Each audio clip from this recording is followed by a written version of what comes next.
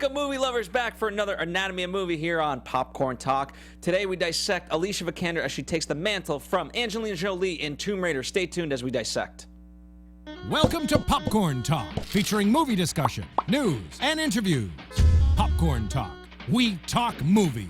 And now, here's Popcorn Talk's Anatomy of a Movie. Welcome, ladies and gentlemen. It is Anatomy of Movie. We have Marisa Serafini. Hello, everyone. Demetri Panos. Hey, movie fans. And I'm Phil Svitek. Welcome, ladies and gentlemen. It's the reboot to Tomb Raider, years down the line since we last saw Lara Croft on the big screen. And a couple of things right off the bat before we get into our overall thoughts. Number one, we assume that you've seen the movie, so know that it will be spoiler-filled. So you've been warned. If you're coming back, welcome back. If you're joining us for the very first time, welcome. You can, of course, get our rundown in the description box. It's a PDF that you click, you can download and follow along. It's a lot of good information that sometimes we get to, sometimes we don't always get to. And we're going to break things up into story, development, and production, and all those things, and talk about as many things as we can. But, of course, we encourage you guys to comment and rate and continue the discussion, because we just kind of get it started, but that doesn't mean it's one and done. Movies are great like that. We can talk about movies anytime. So without further ado, our overall thoughts on Tomb Raider starring Alicia Vikander. Marisa. I love this film. It was fun. I'm just going to start us off like that. Big fan of Alicia Vikander. We've covered a lot of her films here, and I'm always praising her because she's effing amazing. And watching this, I mean, yes, I have seen the Angelina Jolie ones when they came out, and that was years ago. And I hardly remember what they even covered in those movies. And I'm glad I didn't actually go back to rewatch them because I forgot everything they covered. And I came into this new one with like a completely fresh slate, so to speak. And it was fun. We had a strong female, love it, protagonist, and she seemed just so realistic. And you wanted to be friends with her. She was cool, and she was badass when not trying to be, you know.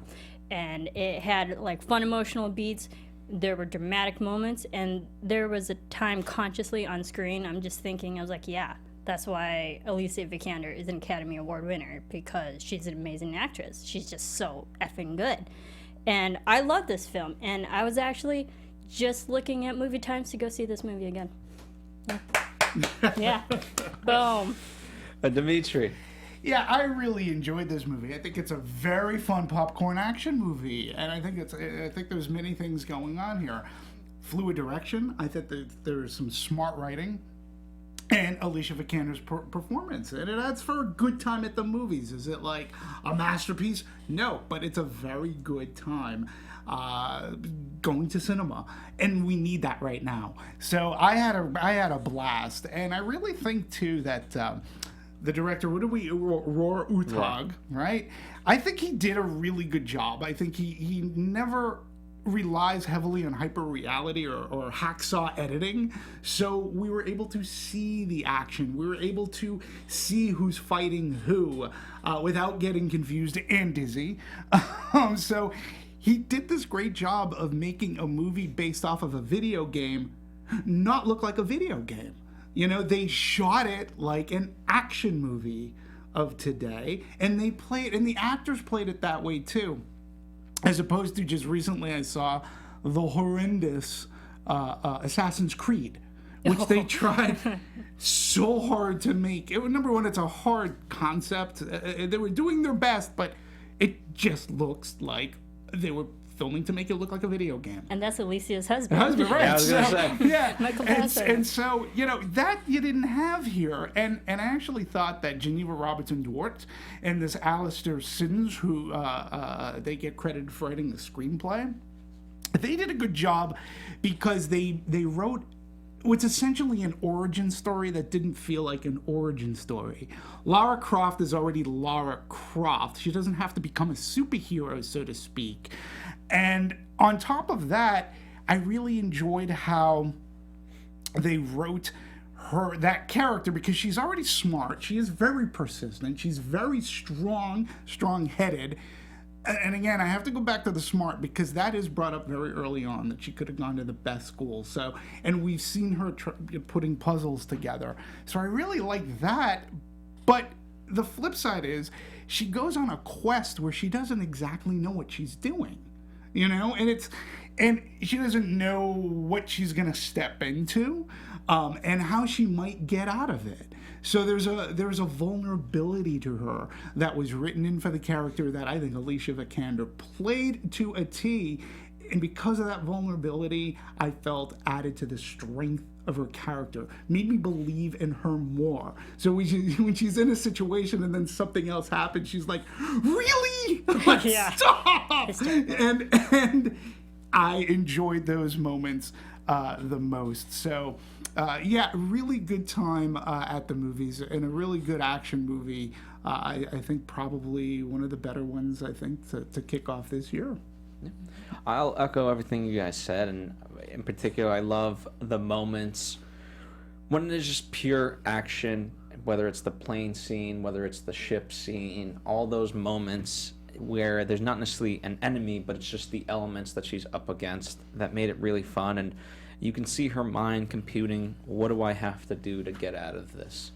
And I appreciated that. And as far as a female character, I think I recommend this movie to anybody to really go see, because it's just a good movie in that sense to aspire to. And there's so many things that I've never seen before as far as action. I love the Hound and the Fox game, and what it led to, and all those things. So there's nothing there.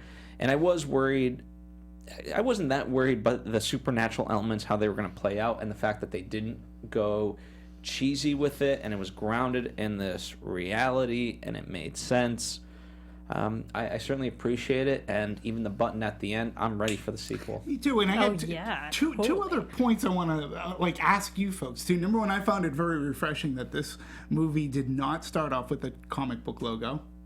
Right? I was like, oh, this isn't a DC or a Marvel movie, but it's an action movie, right? And to your point, Phil, like, she is, you know, she isn't a character that walks into a situation knowing how to handle the situation, but yet she still maintains and comes out a strong woman character, and at the same time she's fun to watch. And I had such a good time with her journey that button at the end, I was like ready for the next one. I'm ready for her next adventure, which I hope there is one. But I also enjoyed the villain in this movie, because this wasn't a villain who was hell-bent on either revenge or taking over the world. He was just hell-bent on getting off this island. His job was to do this one thing, which he's been plagued with failure after failure. He becomes almost like a Kurtz, and his moral compass gets blown away, and he just wants off. I don't care whether this thing is good or bad for society. This is what I got paid for. You're gonna help me get off this. It was more. He was getting cabin fever. Yeah, I want to go back to my family. Okay, I don't care what this means for the world. That's what they're paying me to do, and I like that motivation. Again, played by Walter Goggins, who was great. He was a really good villain. Plays a lot of villains too. Yeah, and he was, but it was a decent villain. He wasn't over the top, like so many of them can be. It was good. He was a fun villain to watch. Also, I think the great thing about this movie too, there was a good through line and just overall story arc of the whole Himiko. And Right. like that was intriguing enough in how they started the movie off with this legend of her, and how it just kept us going in the entire film. It took us from place to place to place, and it was a good enough, intriguing story to get everyone still involved and still interested throughout the entire film. Yeah, it's what the Mummy should have been. In a sense, you know, because you have this Himiko. I love that urban legend, that lore, the supernatural, as you said, how it plays into it, and they never tipped their hand, I should say, as to it being cheesy. You bought into it, almost like you buy into the supernatural realms of an Indiana Jones movie, like the Ark of the Covenant and such, and Temple of Doom and everything. So you buy into that lore, but at the end of the day, it's really almost a MacGuffin to the story. It's about how the characters react or act to a particular situation. And I love the exploration, puzzle solving aspect of this, because that was a lot of fun. Anyone knows me, I love puzzles. Like, I'm a big puzzle person. All my vacations, I'm always doing puzzles. And like, I like that aspect too, because it just shows, and we'll definitely get into character development too, but it also just shows that this character of Lara Croft, like, she's smart. She can figure things out. It takes her a minute. But like anybody, when you're solving a puzzle, you have to think. And I liked how there were different aspects of puzzle, putting pieces together with the entire film of just the narrative, and her physically, actually, literally doing it on screen. Yeah. Yeah. Well, I like so that. as far as, let's break it down a little bit, because there's so much tie-in to Lara Croft and her father, and she gets that from him. But really, the crux, what makes this so uniquely separated of everything else, is the fact that Bond, her whole mission is not to get this thing. It's really to get to her father so she can end this all and figure out what happened 7 years ago and so forth. And that emotional crux, the way it plays out, and especially towards the end when, you know, you're kind of very happy with what's going on and the unthinkable happens where she's gone through this adventure and now to come to the end and to have to lose him. And that's the most painstaking of all, you know, but she kind of finds herself, and yet she loses a part of herself at the same time, because even before that, the father's gift to her was, I want you to find your purpose in life. She thought it was finding her father, Right. but it extends beyond that. Yeah, and you bring up a great point, because we've talked here about the plot point of a character gets quote-unquote killed off. And then maybe 10 minutes later, character didn't die. They bring a character back only 10 minutes later to kill the character off again. And I was like, what the hell is the point of that? And this movie even takes, they take it to a point where Lara Croft actually says, I didn't come all the way here to find you, only to have you killed, right? And when that death comes, at least there was an ability there was a reason behind what happens. So I'm okay with that. And it wasn't like that character died to begin with. We were believed that he was dead, but he's surviving on this island. So I'm glad they put a twist on that, because that's a plot point that just always annoys me. Kill off a likable character. Oh, he's back. Oh, only to be killed again. Well, also, it's not like they kept telling the audience that he's dead, he's dead, he's dead. Right. But we, the audience, never physically see him actually die. So you know he's not dead. So, and I think the whole movie just leads up to, eventually she's going to find her father. We knew that beat was coming. Mm-hmm. Great. Satisfactory. But when they killed him off, that was more frustrating. And I get that. And I did love their self-awareness and how she dropped that line, I didn't find you, XYZ. Also heartbreaking at the same time, because you're like, why did we spend this whole movie just to find him, just to lose him again? Very frustrating as an audience member. But if you think about it, the whole purpose of life, her purpose is completely different from her father's. Her father's purpose was to get the answers of Himiko, and we finally got the answers of Himiko. So what else, just a narrative standpoint, would he have to offer just in character storyline for this movie, or for maybe potential future films, other than just being her father? I mean, he didn't have another storyline after this. As far as what this movie does very differently is the fact that it layers all these things in. The first hint you get at it is she doesn't sign the paperwork initially. So it's like, okay, well, the paperwork's not signed, therefore symbolically he's not dead, right? Right. So that's your first kind of clue at it, beyond just an intuition. And then, but what they did, I appreciated them messing with it, because when you see Matthias, Walton Goggins' character, Right. he says point blank, I killed your father. Right. So in that moment, you're kind of questioning, I could see there was no doubt that the father made it that far. Right.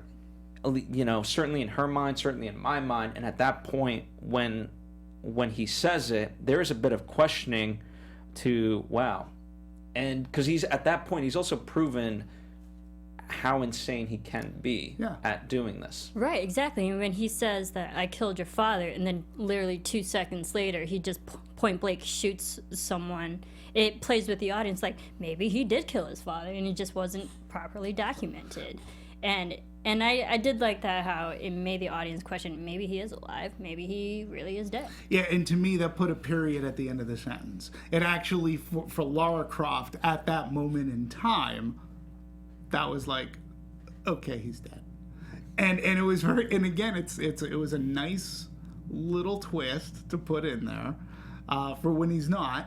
So it's like, oh, he was lying. Liar!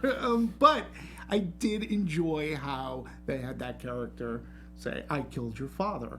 Because that's the end of the quest for her. What else does she have to do now other than to sort of get off the island, so to speak? Which is a big task in and of itself at that point in time. Of course. Yeah. So, but then things change again.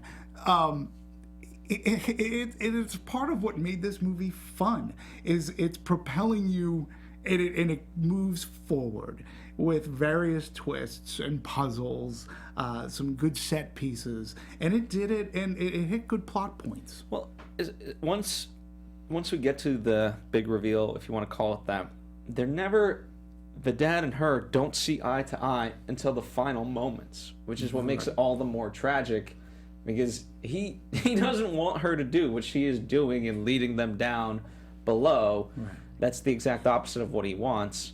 So it was interesting to watch that play out the way that it did, but you understood both sides of it. Mm-hmm. And I did like that he was staying on the island because he knew this was a bad thing. Like, this wasn't going to be good for the world. Where Mateus was like, I don't care. I want to go home. Like, leave me. I want to go home. I don't care who it's good for.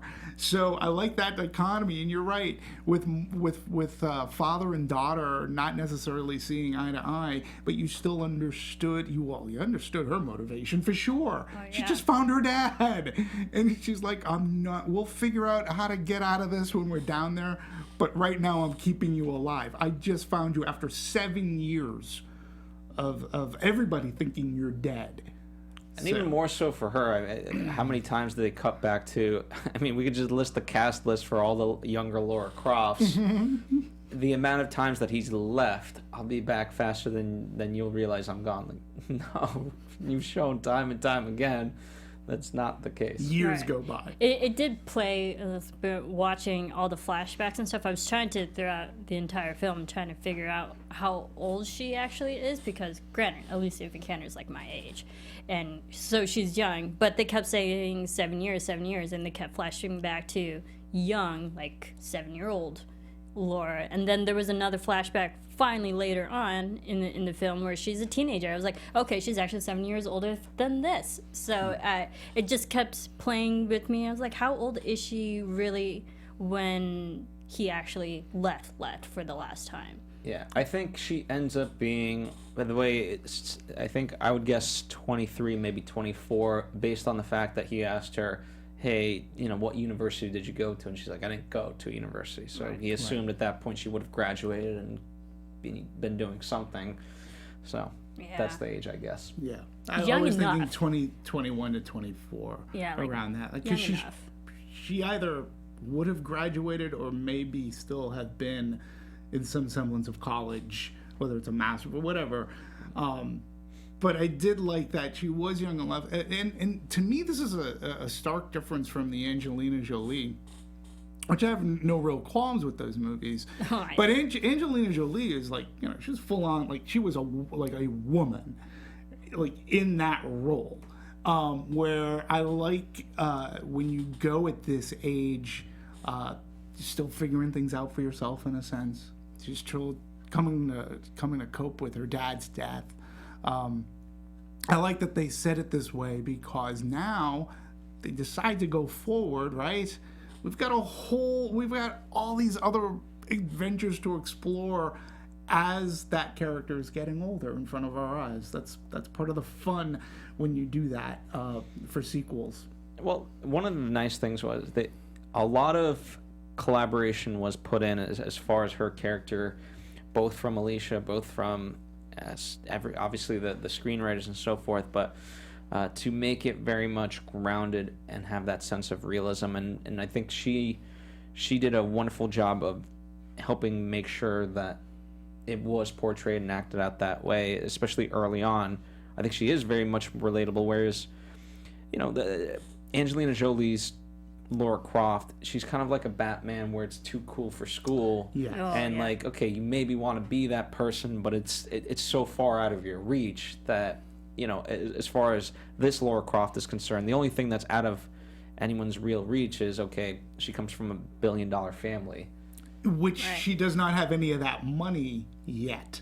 Which and again, she I refused it in a way. Like, she wanted to make her own path, and like if we want to compare it to the Angelina Jolie, like her version was gun toting. Like that was her main source of weapon. And in this one, in this new version, like Lara Croft goes hand to hand compared to guns. And like she didn't get the guns to the end. So like she's in a way made her more raw, like actual physical one-on-one, like that made her more womanly, more grounded. Yeah, and I also loved how the movie opened in the boxing ring, doing the MMA. I loved it. She got beat, and then when she's in the locker room. So because what's important about that scene is you learn a couple of things. She's human. She's strong, she's human, but she can be beat, and she can get whooped. And her friend was like, "No way, you got whooped!" And so there's that, and Marmalized. And then you learn that she's poor. And so for anybody who's at all familiar with the games or even the Jolie movies, like, poor, what happened? So, and I like how they explain why she's poor. Signing that paper solidifies her dad has passed away. So there are all good reasons for why she was in the situation that she was in. And then we go to the bike race, which is cool. Awesome. To get, she needs money. So I liked the setup of this movie a lot, because it really breaks the norms from what we've already seen in cinema for this character specifically. Yeah. And speaking to the layering in, as far as the secret organization Trinity, which ends up being a different name on the books, right? That's layered in as well through Matthias and so forth, and that's the interesting part that it plays in. And I appreciate no thing was left just randomly, or hey, wouldn't it be cool if we did this? It serves a purpose to either move story along or character beats. I think the whole setting up of Trinity was good, because it was a great setup for a sequel that, like, yeah, I would totally watch the sequel, totally. And then, but also we just covered Darkest Hour. Right. With Kristen Scott Thomas. Right. And she was so awesome. She was like such a supportive, nice person that we really liked her character.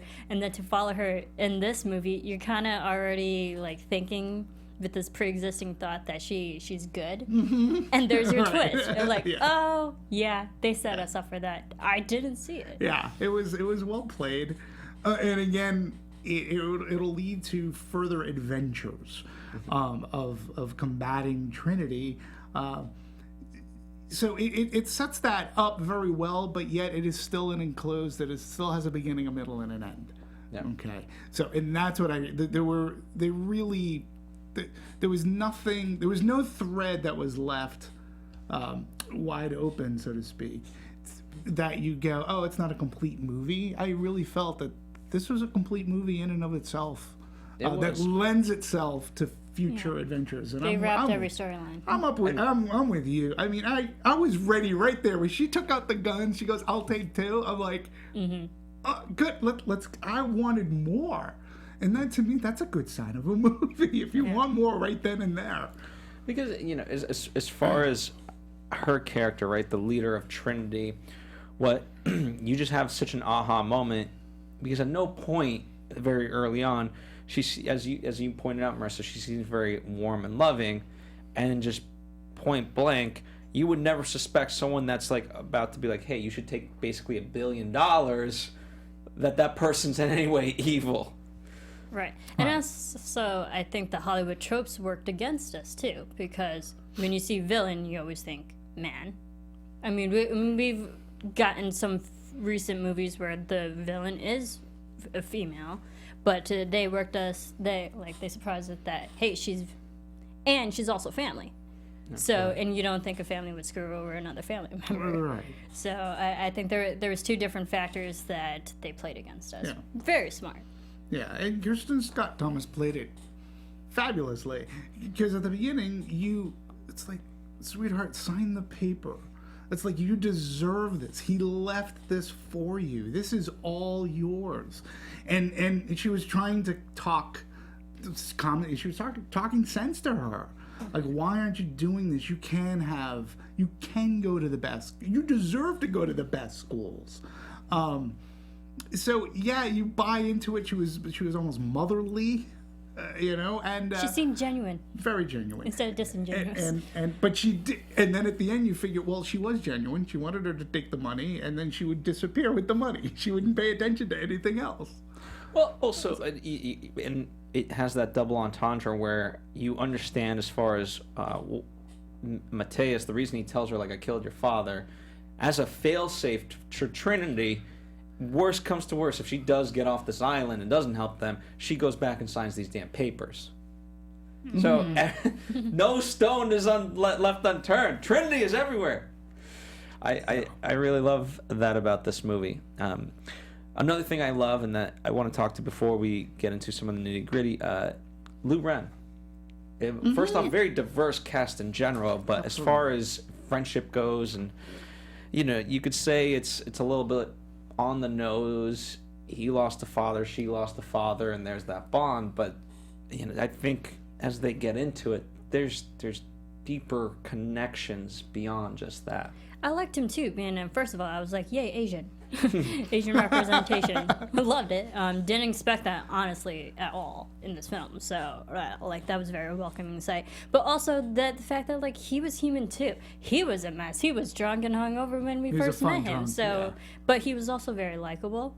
And he had his moments of levity and jokes and stuff. But he was also very loyal to Laura. Sure. And when she was in the cave in the tomb, really, he's like, I'm staying back to make sure she's okay. I was like, yeah, he's just a good dude. And I liked him.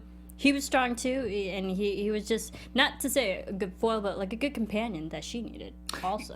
He's a good part of the team, or what we may get in future installments when she puts this team together. And yes, their fathers knew each other.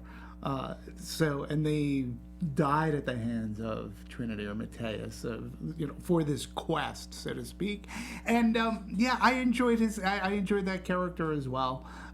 There was a good chemistry there, but you see the forming of a team that they can rely on one another for each of their expertise.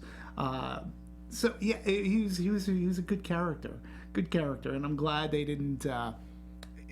They could have just made him a drunk throughout the movie, but they actually put him to good use. And I enjoyed the same aspect you did of, like, no, I'm going to stay here. I'm going to make sure. Well, they did a good job of overloading initially his drunkenness. He knows as soon as she takes out money from the shoe, he's like, now I want to see the other shoe, and all these things. And then, so when it juxtaposes to what he actually ends up doing, yeah, you buy into it, and you realize he's not just, as he was Daniel Wu was very worried that he would just be a two-dimensional character, but he wasn't. No. He was fully fleshed out indeed. I think this is a good example for this is how Asians should be represented in films. Not give them a two-dimensional character, but like give them a purpose, support someone, and actually give them also their own narrative too. Sure.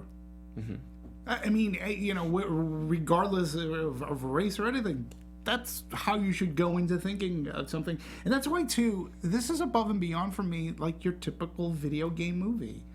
Because it really did, to me, I looked at this as a flat-out action movie that was just smartly written. There wasn't a time outside of Lara Croft and the title of the movie that I'm thinking, wow, this is reminding me of a video game. and they played it straight, and the actors played it straight too, and I really appreciated it for that fact. Well, I think so. Let's talk about Alicia Vikander, and we'll kind of break off from there too. She approached it with the realness. We can certainly talk about all the extensive work she put in to put on this muscle and so forth. But one of the biggest things of why you're reminded that the original Tomb Raider is more of a video game versus this is there's plenty of articles if you just Google, Tomb Raider and feminist and whatever. Here, the Lara Croft that's represented, yes, she's a female. She's gorgeous. I'm not going to deny that. However, her clothing and the way she is out in the world, it's very purposeful towards what she's doing. Right. Whereas, no offense, those booty shorts, as great as they may be on Angelina Jolie, probably not the most practical things in the jungle. Right. Yeah, no, exactly. And for that reason, because Angelina Jolie, her character just seemed like unattainable. Unattainable to the point where it's not realistic. I mean, if I remember correctly, one of the opening scenes of, I forget which one, forgive me, but it's when she's like hanging upside down on a wire. Like, no one can do that on an everyday basis. But when we see the Lara Croft in these movies riding a bike and being in a boxing ring, yeah, a lot of people do that every single day. Like, there were so many realistic aspects to this Lara Croft that made it more relatable to people and more likable also in a way compared to Angelina Jolie's. Her clothing, they made her a sex symbol. Well, that's part of they made that it game way more back sexy. that in that time period when those games were as popular. I mean, it wasn't until the 2013 game, which sort of revamped and rebooted this series as well, which they're basing this movie off of. That's back then. That's how that game was engineered, put together. But I like this one much better because, like I said earlier, the vulnerability that the character had. The character could get hurt. And had to really put herself in situations where she really didn't know what she's doing. She just had, I need to get from point A to point B. That's all she knew. And, how am I going to do that with this? And oh no, this just came up. In the way Alicia Vikander played her, too, was a nice breath of fresh air. It was good to see a character just go into a situation really not jumping into it, but that's what she needed to do without really having all the smarts and figuring things out. Yeah, but there was also moments where she actually had obstacles too that she had to get through from going place to place. The moment when she got impaled, that felt painful. That looked painful. And then when she actually had to take that moment when her father was stitching back up, actually a great moment where she was like, "This hurts me more than it'll hurt you." I loved it, but also it just shows how human she is. Because if you were actually put in that situation, you're probably gonna get impaled by something and almost die. I'm probably gonna get slammed for this, but I'm only making the comparisons because of the characters. When you look at Indiana Jones, part of what makes that character so iconic and lovable is that he too can get beat in a fight and get hurt, right? That's part of it.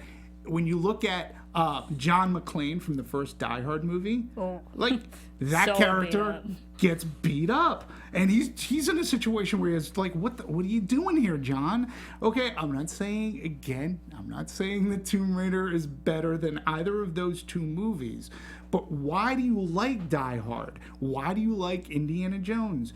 Because they are fallible characters. They can get hurt. Yeah. They kept going after they got hurt. Well, here's a big difference, though, too. And everyone was very conscious in the writing to make it as such. Despite Indiana Jones getting beat up, he's still cocky as can be.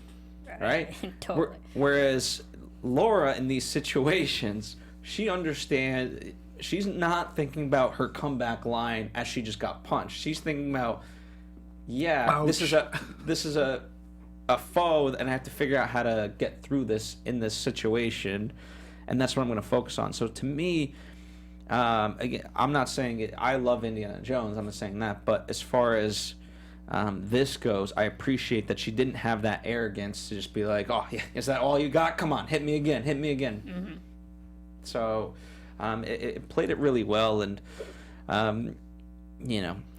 as far as her regimen, so many articles about it, but, she really wanted to do this right, and she did most of her own stunt. Yeah. Which is cool.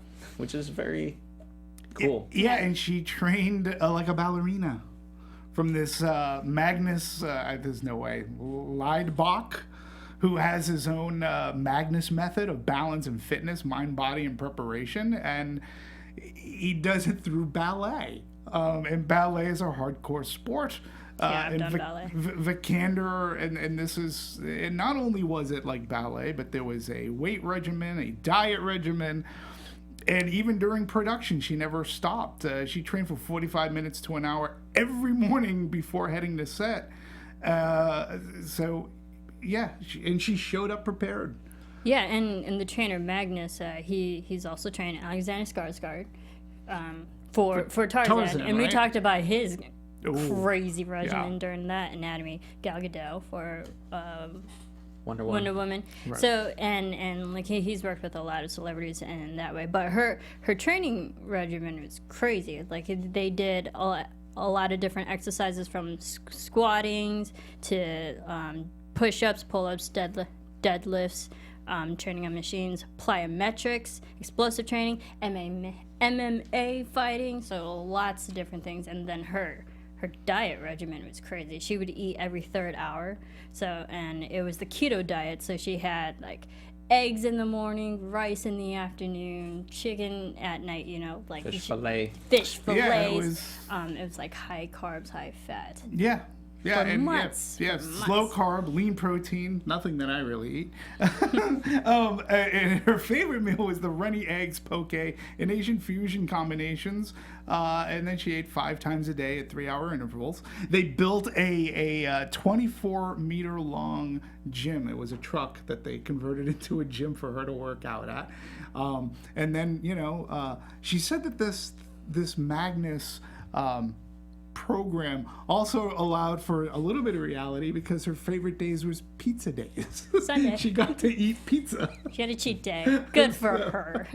Well deserved. And she was so excited for her cheat day, because every day, every Sunday, she'd wake up. She's like, "It's pizza day." Yeah. She had that mentality, and I like that, because that also just makes her likable as a person too. Like, she's human. Mm-hmm. Give her damn pizza. Yeah, and she performed in her boxing. I mean, she did the boxing. She did a lot of the a lot of the stunts, which She was sculpted though. She was. Goodness. She looked great. If you want an exercise, you get on this exercise. Yeah, I don't think I could survive the exercise, but no, she was she was great. She really looked.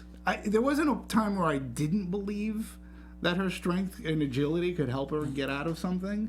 But So let's talk about favorite action set pieces. Sure. I want to know what was your favorite action set piece, and if it's the end one, we'll discuss it further at length. I want to talk about that one in length particularly. But if it's not, what would it be? Is it? I mean, I really like the plane and the whole ship sequences, because I never played the game, so I don't know. And those were like apparently ripped straight from the game. Mm-hmm. But it was just cool to see this character in the situation and how she dealt with it, and like swimming and like going down the river, and that it probably sucked in real life, and I don't blame you, girl. But the way that the character just like had to systematically think her way out of the situation, like you said earlier, it was fun to watch, but also very calculating. Just showed how smart she is and how innovative she is, just for survival, and that was just fun. And I didn't expect it at all. Mm-hmm. Yeah, I mean, the running through the jungle, or the escape through the jungle, where she ends up by the waterfall, where that plane is anchored. Again, to me, it was layered very much. It's a great action movie, because they set upon obstacle and obstacle and obstacle. This thing is so rusted, you can't walk on it. and then she's inside and trying to cut her cords, her cords that are her hand bindings, and then the water's rushing through and the plane's breaking apart all around her. That's where she goes, Really? "Oh, really?" She's like, "Come on." But it was filmed really well. There was excitement. It was a good, thrilling scene. I did like,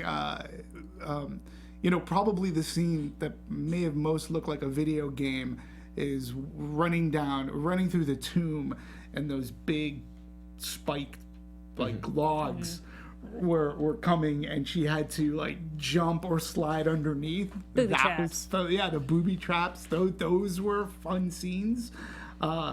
Jumping off the ship when they crash in the island. Yeah, you get even early on, you get her backpack being stolen. Oh, that yeah. in itself is an action sequence. For me, I really loved the biking sequence. I have yet to see, or that I can recall seeing something like that, and it was just so fun. And the way she went about like picking up her bike and riding on the back of a truck, that was very smart. And that's actually based on those illegal races do happen a lot in Europe, so that's actually rooted in reality. Yeah. Pretty awesome. Another one that I actually really liked, also just for the puzzle aspect, was when the floor was breaking. Yeah. And she had to figure out the color puzzle piece. I'm like, what color is it? But it was just so well executed and edited that built the tension. Oh, these people are gonna die. They're not figuring it out. Reminded me of the I'm Goonies losing floor. a little bit. Yeah, I'm losing the floors But crumbling. there was humor also throughout. Absolutely. During moments of anxiety that these people are gonna die. Yeah. I think that was really well done. Yeah. Yeah, the whole going down deeper and deeper, everything just played so well to it, there was just so much tension, and then we finally, the reveal of who she is and all the little pieces that they intertwined of the one has to sacrifice for the many and this and that and so forth, and when the twist is, oh wait, she wasn't imprisoned, she put herself here in there. for a very particular reason. And that was a nice twist too. Like, it's nothing that we've come to expect. It was not like, again, the Mummy, where she was in tune because she was evil or did this crime. This person, it was a self-sacrifice, and she understood what was ill-gotten gain, so to speak, if this virus were to ever come out. And again, only... But you're saying, like, the way that it was written, we're only told at the audience, it all builds up to that end when you go, oh, it's not what we've been being told. Like, this is a different story when they see everything. Yeah, it's it also smart. just switches the moral message of the whole thing, because at the beginning, literally when they're explaining the whole human code, it tells the audience that this is like a pure act of evil upon the world, and then when we find the actual reveal, it was like, no, it's actually saving humanity, not destroying it. So it brought a more positive spin to the story that we weren't expecting. Yeah, and she's not the pure act of evil. It's the virus that's the pure act of evil.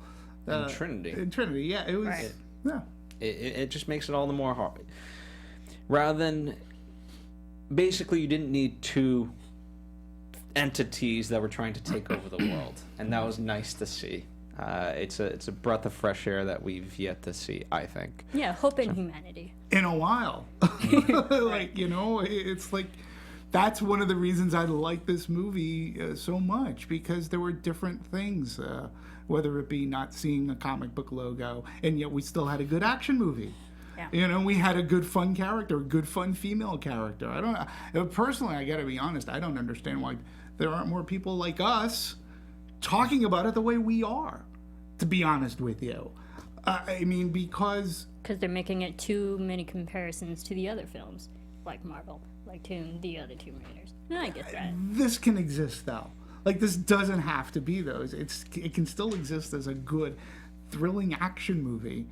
Well, we'll get to it, but luckily, what it's not making up for in the U.S., it's certainly making up for internationally. Yes. So we'll talk about that. But let's talk about the production.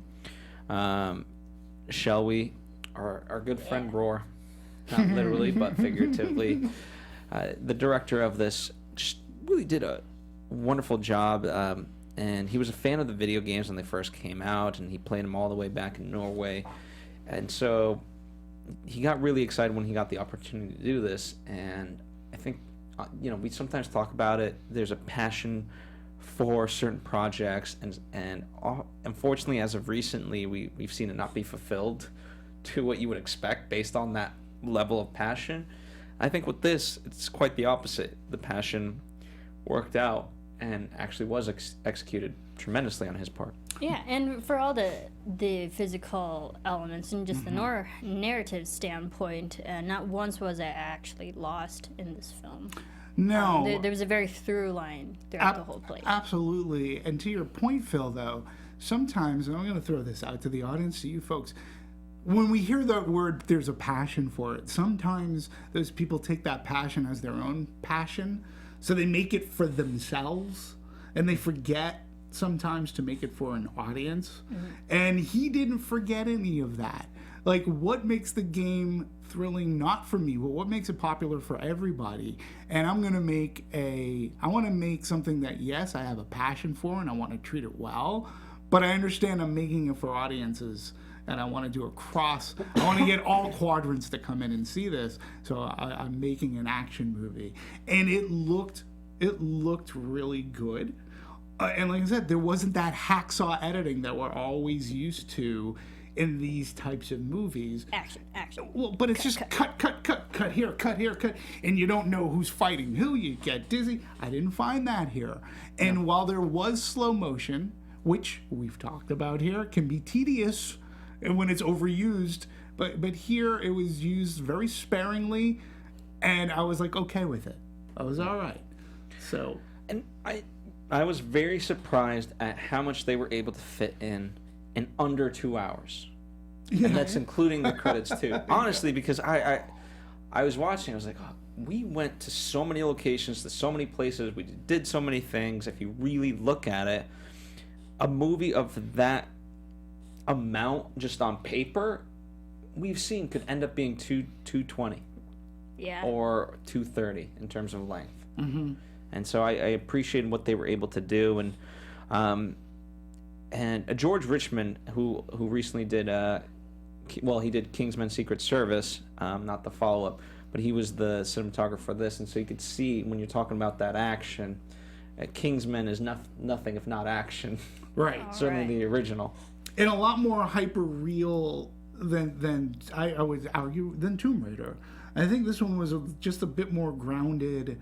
That defied like gravity in so many different ways. Yeah. But also that movie, like, that's another example of going from obstacle to obstacle to obstacle. Right. And but also fun at the same time. Sure. And like what I liked about it is because Phil, you were saying from place to place to place, we did span the world. I mean, we went from London to South Africa. And like then back to London and I like that because Hong Kong. Yeah, it's in Hong Kong, like a lot of different places, but it also just shows how internationally this story it can be important just all over the world. Right. And without it being forced either, it all made sense of, okay, you understood. We're not just going to Hong Kong for the sake of going to Hong Kong. It's Himika is somewhere in this Pacific region, right. So in order to get there, here's the best location to kind of start with. Yeah. And in fact, it's the only guy that was crazy enough to go with me. Yeah. So I appreciated that, and the locations themselves, for me, breathtaking. Every single one of them, and I appreciated that. For the whole time, I never thought anything was too digital. We often talked about that. There was a realness to it. Even I'm sure the plane sequence was done with green screen or blue screen, whatever around and so forth, and it just works to a very high level. Yeah, and every location that they went, you can clearly understand what location they were. In London it was more gray and blue and saturated. In Hong Kong, very colorful, very vibrant, but like boats everywhere and like the different cultures. And then when we went to South Africa, very gritty, very dirty, dirt everywhere and shooting and jungle everywhere. So like they all had the different feels for every environment. Right. Absolutely. In particular, I love they used obviously a relocation for Croft Manor. It was called the Wilton House near Salisbury, and Wiltshire. yes, very real location, very extravagant location for sure. But when you think of the Croft family, you certainly think of that house. Yeah, absolutely. And, you know, I mean, they were in Hackney. They were in Shoreditch, which I actually stayed in Shoreditch. It's a cool place. But I also like that a lot of principal photography is accomplished in and around Cape Town in South Africa. They went to Hong Kong. You know, that Hong Kong harbor sequence was shot on location at Hout Bay. And that's a quaint fishing... Well, that's actually in Cape Town. But it was so realistic that the... what's the gentleman's name who plays the gentleman who play? We were just talking about him, and Daniel. Daniel. Yeah. I mean, he's from there, and when he walked on set in Cape Town, he's like, "Oh my god!" It's like I used to live in a fishing village. This looks like they got every detail right. Like it's amazing what they were able to accomplish. It's movie magic, really. I mean, it's. Yeah, I felt as if I was in each of those locations, much like an extravagant Bond movie. You really feel like you're getting the culture from wherever the character is going. And into it, you know, it's not, again, Indiana Jones does the plane sequence, right? We didn't really get a lot of that, but we got the lower third. Right. Well, it was just text rather. It was not full lower third, but I really felt like whatever location that they were supposed to be in, I felt as if I were there. You know, they had the culture, they had architecture done to a T, the smells and everything. Like that bag chase was great. Yeah, and you're not. That's also another thing you're not expecting. Right. I was like, these guys are too nice. Don't trust them. Right. Yeah. I will. Yep. The side eye. That. But I like that. But it also just shows like how badass she is because she chased him down. Chase him down. And then she was being chased by 3 guys, and I'm like, that's cool. But it was the reversal and then the reversal. She's chasing them, then she gets what she wants. But hey, now we have guns. Right. Yeah, Or sorry, it was a knife rather. Sorry. It's not over. So it really worked out really well. A lot of good stuff, and not again as far as like CGI. I'm sure a lot went into it, but it's not. I can't watch the movie and pick out specifically like, oh, that they definitely had to CGI that or whatever. Just very much. I mean, if I didn't know filmmaking, I'd say, oh wow, they shot everything the way that it should have been. Well, it's like when the water hit, it hit. You know? Yeah. And they say in a lot of interviews that Alicia got hit like 25 times. Like, what a trooper. And it's funny because as opposed to a movie like Jumanji, which I recently watched, every single, like, yes, you can tell they're in Hawaii, and yes, you can tell they used a lot of CG. Like, a lot of CG. Where in this movie, I felt that there was probably a lot, but it was, to your point, difficult to discern between, it blended in naturally, at least the way I watched it. And it's tough because we normally, to pull off CG, you try to mask it in darkness. Sure. And here, yes, we had night scenes, but we also had a lot of day scenes. And so I found that fascinating that they took that gumption and just kind of went for it to pull it off in the way that they did. Right, the whole river scene was during the day, and they said that Alicia got dropped into the water with her hands actually bound about 20 plus times. Like, that's actually her going down the river. So I mean, good for her. Yeah. That was real. That's practical. Yeah. And building the endurance, which is funny how they cut to like why they ended up having to. They looked upon the Endurance, the boat, as a character, and they were thinking about buying a boat or hiring one. But it was the start of tuna season in Cape Town, and there were no boats for them available. So they designed a boat that worked on a pontoon, so it would float in a tank, but also had movement. They went on 5-axis gimbal and withstood tons of water from cannons for that critical sequence. Again, the practical effect really works. They're not on a CG. They didn't put this in afterwards. They were getting bounced around, getting shot with water cannons, and the whole tank for the Endurance was built at Cape Town Film Studios, Yeah. which is cool. I mean, Elise is actually in the cold water, and she said it sucked, but she didn't complain. Not once did she complain. But there was a day where she had a breakdown because the water is so cold. It's like 50 degrees, and she's spending 12 hours in 50-degree weather, 50-degree water every single day for 2 weeks. She did have a breakdown, but eventually she got through it. And even with a wetsuit. She got through it. Yeah, even with the wetsuit.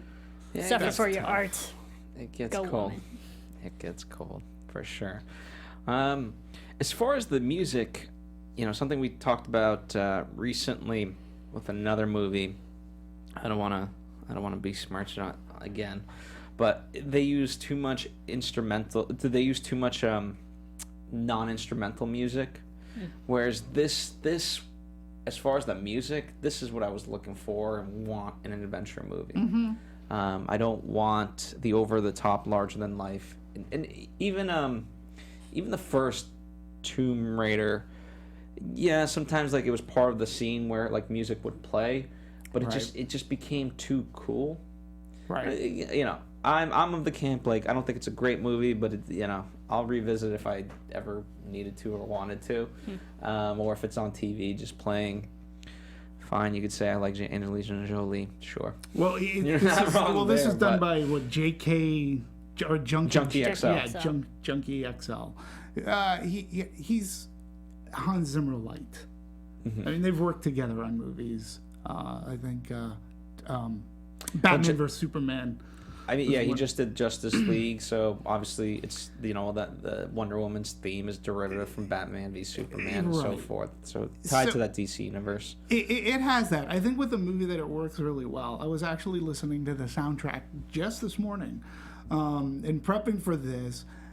What I was surprised at listening to the soundtrack without the movie is that there was a subtleness to some of the score, right? But when there wasn't subtleness, again, I thought, oh, yeah, of course, this is him and this is Hans Zimmer light. This is what Hans Zimmer does. But to everybody's credit, it did not overpower the movie in one way, shape, or form. No. Because you had so much loudness going on and so much happening in the movie that it was a perfect bed to keep the momentum, I felt. I agree. And even I haven't listened to it separate of it, but just even knowing the ending, I just remember having this feeling, and the music was building up, and it built up that feeling for me. And very rarely, unless it's a Marvel movie, we don't get a mid-credit scene. Mm-hmm. And boom, there goes Tomb Raider. We see, I forget how the exact sequence, and then we come back for the two guns. Mm-hmm. And I'm in. I did like that moment. I was like, there she is. Yep. Yeah, there she is. That's the one that, I mean, like, if anything, the first two movies did right was establish that, hey, she is a gun-toting bitch who's awesome. Like, and you're kind of expecting that throughout this movie. But and so when we finally get that moment, I was like, yeah, that's what we actually know and love. Yeah, and she handled it well. I actually thought Nick Frost, because of the trailers, was going to be in the movie more. Mm-hmm. But you can see or sense how his character and the wife, they were funny. They were so funny, and it wasn't like over the top. They were integral and they were organic to the story. But you could see how they will be, well, I hope, part of the team. Mm-hmm. As far as getting her weapons and explosive or whatever, and they'll do it in an entertaining fashion. Having Nick Frost and the repartee he had with his wife was classic. It was funny, and it's just a good moment because it's that final bow to wrap it all up as far as the necklace. She gets the necklace back because it in all sense of it, you really didn't necessarily need that scene, and yet it just felt so right to get that back. Right, but also the representation of just the necklace. At that moment when she gave away the necklace, she was letting go of her father.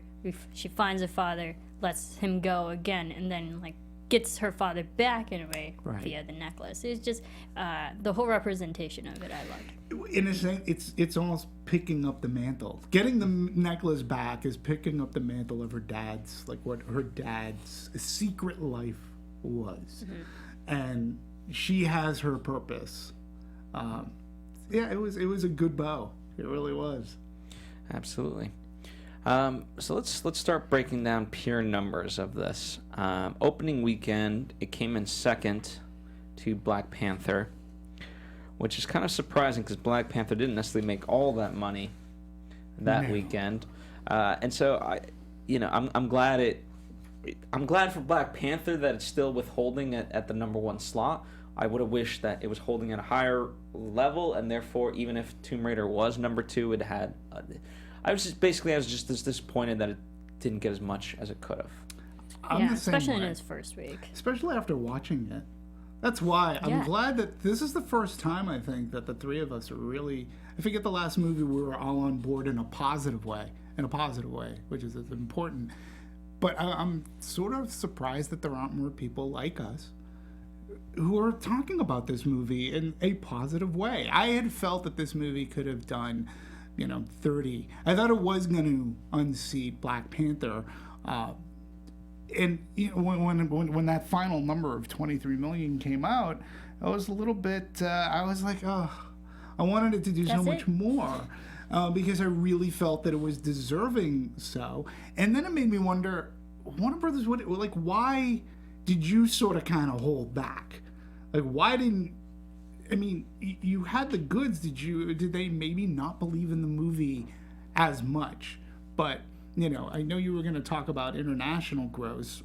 But and with that, but it's also just that the factors going into this film is like you have a strong female protagonist, and we've been seeing more of those movies, thank God.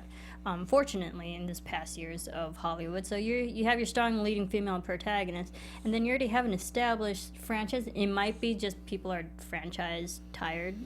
Franchise worry. I get that, yeah. Possible. I get that too, but also you have established names like Alicia Vikander. She's an Academy Award winner. And you have gravitas to the film as well, and you think it would do better.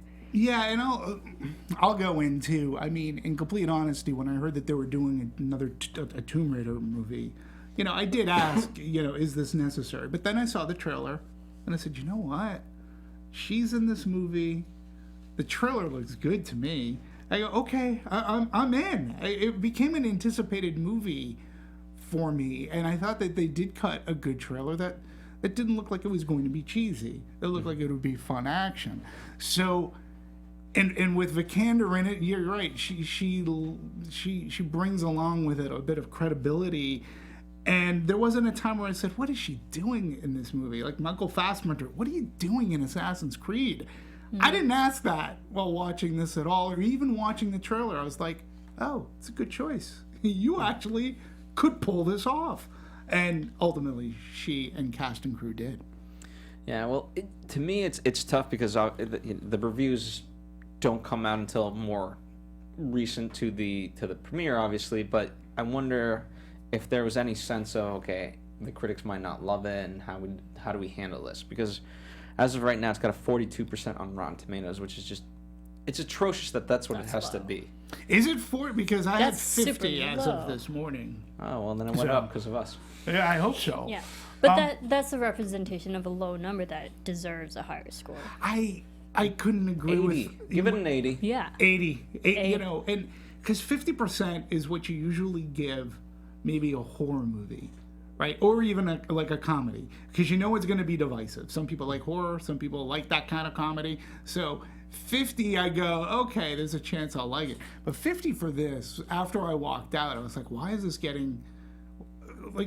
it getting better reviews? I don't understand. Is it because it's related to a video game? Or I couldn't, because what's out there that's like it right now in the marketplace? Black Panther. But I can't compare this movie to Black Panther. Like, this movie is its own entity, and I thought that they did a great job of making it not look and feel like a video game. Well, they did. A lot of people, as far as criticism, are saying it's paint by the numbers. But okay, whether it is or but you have a format, like you know, you can look at Van Gogh and so the man uses paint. Therefore, his art's like, what? It doesn't make any sense.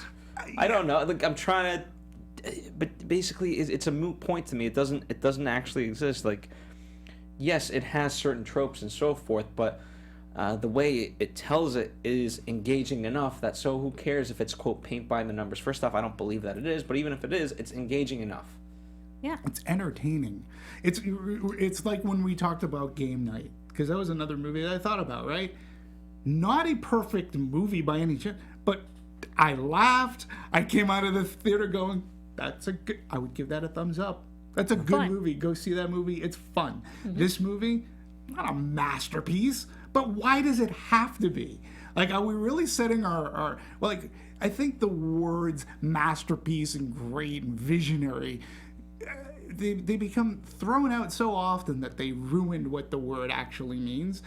Tomb Raider isn't a masterpiece, but who cares? It is a very good time. While I'm sitting down having some popcorn, the audience I saw it with, applauded. Mm-hmm. They liked it, and I'm like, this is why we go to the movies, to have fun, and especially after coming off of movies like 3 Billboards and things. It's good just to see a movie that is an action movie that I can have a good time at. So I'm very glad that this movie is doing very well overseas.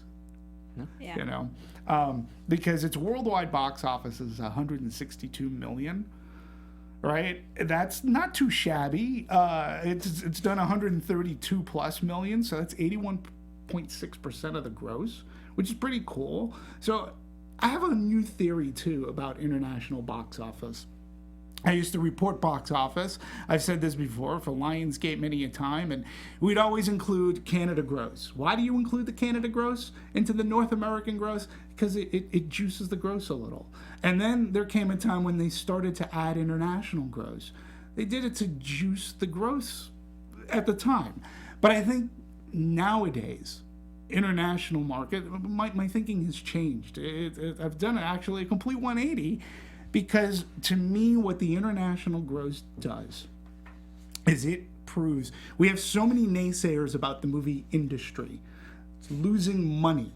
Not enough tickets sold domestically. We're losing audience.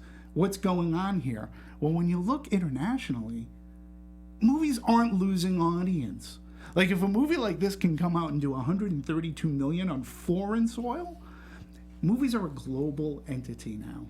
Completely global now that we can get those grosses from overseas. And each market, like China, is becoming bigger and bigger. Our export of movies fuels the world, for entertainment. We bring in some of it too, but we fuel the world for entertainment. Movies are global. They are no longer just domestic. But also in fairness, Ellis is a big name overseas. Daniel Wu is a big name in China. Mm-hmm. Like, he is a humongous star in China, and people don't really know him as well here in America, but he's huge in China. Mm-hmm. So I think that also helped with the international growth too. I read in an interview that they compared Daniel Wu. He's like the Brad Pitt of China. Mm. So like, he has big name and credibility over there too, so that could help with the international. No, absolutely, but it goes more to my theory. It's movie going is global. People overseas enjoy going to the movies, big and small, because we talked about Darkest Hours, even movies like 3 Billboards. Like, these movies had an international presence, and they're small movies. But then the argument goes, oh, but it didn't do Black Panther numbers or more. Yeah, not every movie is ever going to do those kind of numbers. That's a bar that's set. Black Panther also had a different message and a different takeaway than this movie did. But Avengers, the next Avengers movie is going to be huge, right? But those other movies that are doing $100 million, we can't, ignore those. Those are equally good movies to go to. You as well. You just said, I'm looking for showtimes. I want to see this again. Yeah. Right? I probably will see this. So, I applaud looking at international grossers. I think in today's current market for the movie business, I think it really does showcase that the global business. It'll be interesting to see its hold up because as far as this weekend's concerned, we've got Pacific Rim Uprising, which Marisa and I have actually gotten a chance to see. We think it's a great movie. I think it's going to be a similar case of it's going to do far better internationally than it does domestically. And, you know, Isle of Dogs, the Wes Anderson movie, it's Wes Anderson, but again, to that point, he's going to make Wes Anderson box office numbers. So we'll see Domestically. we'll see where this lands ultimately. I really hope that it's only got to be on CinemaScore, but I do hope that there is a word of mouth that can kind of, at least for this weekend, you know, continue it and have a pretty good holdover. When you talk about, you know, let's just say round up to 25 million, the holdover from 1 to 2, you know, you're never going to be able to hold onto a $200 million gross from one weekend to the next. No, but what's a 40% drop from 25? 20. Yeah, but I don't know. I'm just making stuff up. Oh, okay. Because I'm trying to figure it out. Don't ask me, Matt. It's going to be between 40 and maybe 50% drop. I mean, considering you have another action movie coming out. But again, if there is a sequel to be made, it's going to be made because of the international box office. They'll make it, well, we'll see it here, of course, but because it is doing well internationally and overseas, that helps with that $94+ million budget that they had. I was bummed that this movie didn't play as well box office wise, and when I saw CinemaScore, I'm like, who are they asking? Right. I thought the exact same thing. I thought the exact same thing. Right, I'm like, who are they asking? Who scored this? Yeah, it seemed a little bit better than like a B to me. I didn't find this movie to be mediocre at all. Yeah, no. So anyway, we can all agree that it's a good movie. We're confused by some of the reviews and so forth, and so we turn to you, the good people of wherever you're from. Leave us a comment. Let us know what you guys thought. And be honest, you know, if you didn't like the movie, let us know why. You're entitled to that opinion. I'm not going to take that away from you. But if you love the movie, same thing. Why did you love the movie? And we'll be happy to converse with you. At the end of the day, all we do is we're an exploration on ideas and thoughts as to the how and the why. Have either of you played a Tomb Raider game? Once or Nah. twice, not enough to like be a... Same here. No, I've never played it. Same But here. watching this film, I had a thought afterwards. I was like, yeah, I might want to play the game. This could be fun. Yeah, it same could be here. fun. Actually, I did too. In all seriousness, right, I will give... You have to kind of give credit to the game. Yes, it had a very sexualized beginning as far as the character, but in terms of any female character in video games, the fact that she's been this long... The longevity of the character is insane. And there's a lot of interesting articles, which I didn't want to get into today as far as this, but if you just Google Tomb Raider, Lara Croft video game, legacy, and so forth, like the fact that it has withstood the test of time despite its early beginnings and all of that, you know what? I'm glad it's changing that persona of who she is, and you know, if it took sort of that to get us here, then you know what? The ends justify the means.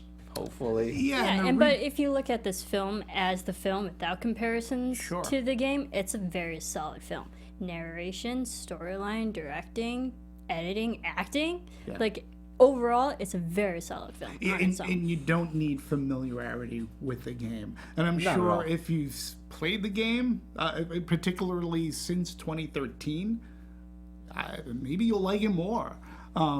You know, I think they did. And I know when they rebooted this too, like the new games have gotten, like from IGN, fantastic reviews of gameplay and such. So, but I haven't played it. I really enjoyed what they did with this. You know, and I hope, fingers crossed, that we get to see Alicia Vikander play this role again. And I hope they don't take too long to do it. My guess would be 2 years. Yeah. Usually, if you get on the roll, 2 years is what it ends up being. The only thing that I think is a misstep and I'm personally bummed about is there's not a Tomb Raider video game. I think there's one coming out later this year, but I'm a now kind of generation. Yeah. Anyway, that about does it for us. Thank you guys as always. Any final thoughts, Marisa? I love this film. I would see it again or buy it when it comes out on DVD and Blu-ray. That's funny that you say that. I believe, according to Blu-ray.com, I believe the pre-orders are up already for sale on Amazon. Well, let me pull out my phone. So there you go. The movie is a very fun. It achieves what it's supposed to be. It's a very fun, good popcorn movie. Has thrilling action. That's added to better than you would expect performances and a smartly written character. So I can't recommend the movie. I give it a very big thumbs up for this movie. It's worth seeing on a big screen. Sound design was fantastic too, especially the plane sequence. Oh, yeah. I mean, that breaking. was great. Yeah. Yeah. Totally. It's a fun movie. That's what we should be going to movies for.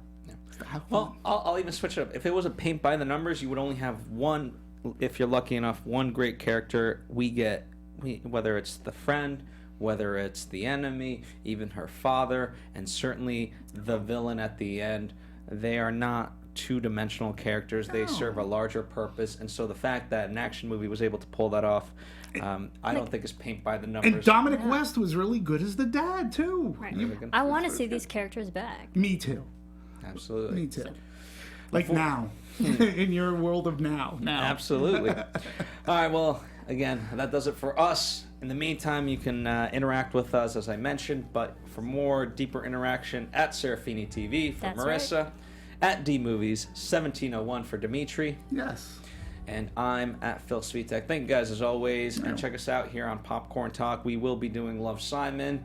And next week, we'll be doing, as of right now, 2 pieces of coverage specifically for Pacific Rim. One, our anatomy, and one, an interview with someone. We're going to tease you on that. We'll leave you to find out, won't we? Yeah, and if anybody was in Southern California going to WonderCon, I'll be there all day tomorrow. If by chance you happen to see me, say hey. I'll be at Artist Booth picking up more art and junk. But if you do in fact see me, say hey. There you go. Please. And check out some past Alicia Vikander movies in the sense of anatomy. We've reviewed pretty much so many of her. A lot of them. Yeah, I can't guarantee all of her movies, but certainly enough of them to fill up your library or your weekend. Anyway, thank you guys as always. Talk to you next time. Bye. From producers Maria Menounos, Kevin Undergaro, Phil Svitek, and the entire Popcorn Talk Network, we would like to thank you for tuning in. For questions or comments, be sure to visit popcorntalk.com. I'm Sir Richard Wentworth, and this has been a presentation of the Popcorn Talk Network. The views expressed herein are those of the hosts only and do not necessarily reflect the views of its owners or principals.